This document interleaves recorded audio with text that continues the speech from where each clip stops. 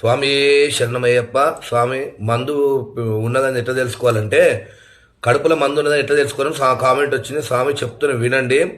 మందు ఉన్నదని మనకు తెలియాలంటే విపరీతమైన తలనొప్పి లేస్తుంది, విపరీతమైన నడుములు వస్తాయి, విపరీతమైన మోకాలను వస్తాయి, విపరీతమైన కండలు గుంజుతాయి, విపరీతంగా తలనొప్పి. ఈ నొప్పి ఇంత అన్నం తినేటోళ్ళకి ఇంతే అన్నం తింటారు. కొంతమంది ఏమో మందు సీసలు రుద్దుతారు, ఆ మరుగు మందు సీసలు రుద్దుతే ఆ మందు తాగండి అనుకో, డైలీ మందు తాగుతుంటారు, మందు మీదనే ఉంటుంది అది జాత మొత్తం. ఇక ఇంకోటి మళ్ళీ కొంతమంది సంపనికి సాంశరణం గానికి, పక్కగా ఎండిపోనికి, సర్వనాశనం గానికి, సంసారాలు ఎడవానికి పెడతారు.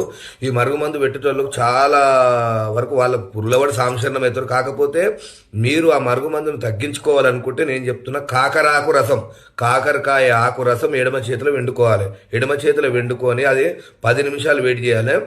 ఎడమ చేతిలో వెండుకున్న కాకరాకు రసం గడ్డగట్టినట్టయితే మీకు మందు ఉన్నట్టు. కడుపులో గడ్డగట్టలేదంటే మందు లేనట్టు.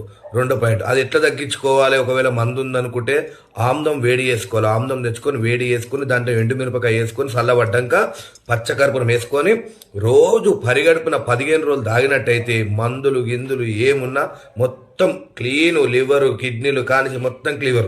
మరి నెత్తికి పెడతారు, దీనికి పెడతారు అంటే దానికి సపరేట్ చెప్తా స్వామి. నా యూట్యూబ్ ఛానల్లో నాకు కామెంట్ పెడితే ఆ కామెంట్లో మీకు ఖచ్చితంగా రెస్పాండ్ ఇస్తా. మరుగు మందులు 18 రకాలు ఉన్నాయి, నెత్తికి కూడా పెడతారు, అది కూడా తగ్గించే దగ్గర ఉన్నది. స్వామి శరణం, ఈ రెమెడీని యూజ్ చేసుకోండి. స్వామి శరణమయ్యప్ప.